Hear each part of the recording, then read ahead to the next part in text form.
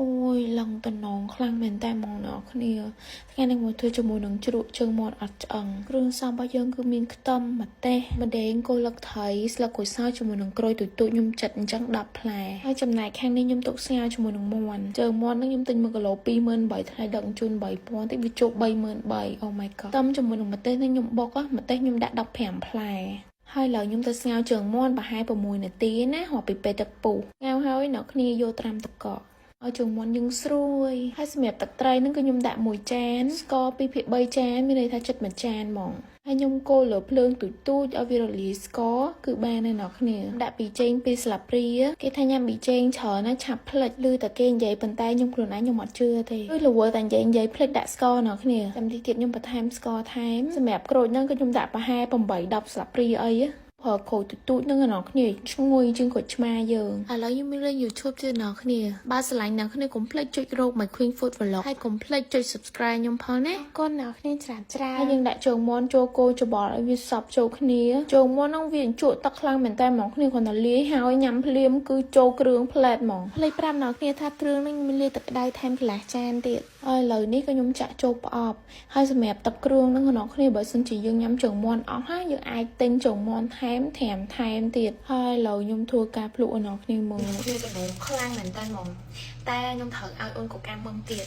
អញ្ចឹងសុំតែមួយអ្នកគ្នាសុំតែមួយក៏អស់ចិត្តដែរត្រូវឲ្យអូនកូកាមើលមកអត់ទេខ្ញុំដាក់អស់មួយចានហ្មង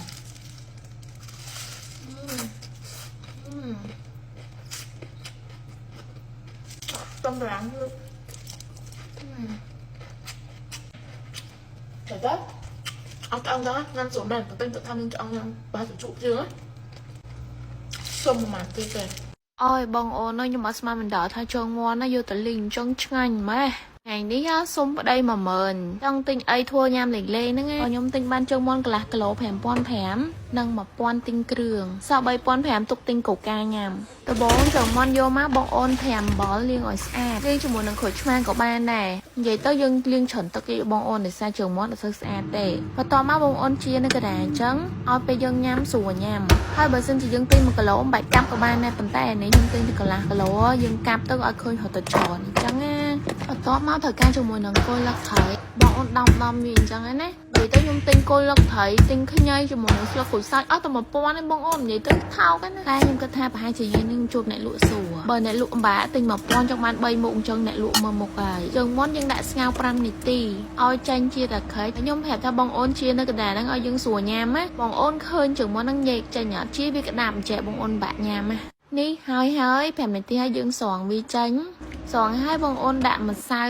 បំពងចូលនិយាយទៅយើងដាក់ម្សៅស្ទាប់2ស្វាហើយថែមមាន់មួយស្ទាប់ទៀតមកយើងដាក់ម្សៅថែមមួយស្វាទៀតហើយយើងធ្វើការក្លុកនិយាយទៅបងអូនឃើញច្រើនតង់ទៅហើយប៉ុន្តែទៅផលចេញមកគឺអត់ធ្វើឲ្យបងអូនខំម្ដងទេដល់វគ្គបំពងម្ដងបំពងបងអូនរកឆ្នាំងទូចបានណាស្អាយើងត្រូវប្រើខ្លាញ់ច្រើនទុកប្រេងឲ្យពុះបងអូនដាក់មាន់ចូលតើអាចជ្រេវារៀងស្រួយបន្តិចចាំបងអូនជ្រេហើយខ្ញុំក៏បំពងជាមួយនឹងស្លឹកក្រូចសើចដែរឲ្យវាហត់ទៅឈ្ងុយណាសម្រាប់ជើងមាន់គឺខ្ញុំបំពង2ដងពងម្ដងហើយម្ដងទៀតឲ្យវាហត់ទៅស្រួយដល់វគ្គលាយទឹកស៊ុសម្ដងដាក់ស្ករ2ស្លាបព្រាកន្លះបើឲ្យជួយផ្អែមបងអូនដាក់2ស្លាបព្រាណាមួយនឹងទឹកត្រី2ស្លាបព្រាទឹកម្ទេស1ស្លាបព្រាចេងមួយចឹបហើយបើសិនជាបងអូនចង់ញ៉ាំហល់ជួយញ៉ាំហល់ដាក់ម្ទេសហុយឲ្យច្រើនតែបើសិនជាយើងធ្វើឲ្យកូនញ៉ាំអត់ញ៉ាំហល់បានយើងបាច់ដាក់ក៏បានដែរបន្ទាប់មកយើងលីងប្រើខ្ទឹមរៀងច្រើនបន្តិចទៅបងអូនឆ្ងាញ់លីងខ្ទឹមឲ្យលឿងឲ្យឈ្ងុយហើយយើងចាក់ទឹកស៊ុសចូលបើសិនជាស្រឡាញ់ខ្ញុំចង់ឲ្យខ្ញុំចេញវីដេអូច្រើនជាងនឹងទៀតបងអូនកុំភ្លេចជួយ follow My Queen Vlog ខ្ញុំផងណាប្រហែលជាយប់ហ្នឹងខ្ញុំមាន live នៅក្នុង My Queen Vlog បងអូនកុំភ្លេច follow មើលទាំងអស់គ្នាណាពេលណាឃើញទឹកស៊ុសយើងរៀងខាប់យើងចាក់មាន់ចូលភ្លាមពេលហ្នឹងគឺយើងបិទភ្លើងបានហើយយើងកូរវាមកស្ទុះបានណាបងអូនកុំកូរយូរពេកយ៉ាតែអស់ស្រួយណានិយាយមែនណាបងអូនសាក់ធ្វើជើងមាន់ហ្នឹងហូបទៅផ្លែមក៏បានហូបលេងក៏បានហូបជាមួយបាយក៏បានហើយសំខាន់រសជាតិផ្អែមប្រៃហើយឈ្ងុយរបស់ខ្ទឹមអញ្ចឹងណាកូនយើងចូលចិត្តតនីមកចូលចិត្តហ្មងតែគ្រាន់តែអ្នកធ្វើរៀងហត់បន្តិចប៉ុន្តែបានសរសើរថាឆ្ងាញ់ណាគឺអស់ហត់រលីងហើយអញ្ចឹងបងអូនកុំភ្លេចសាក់ធ្វើញ៉ាំណាតនីមកឆ្ងាញ់ហ្មង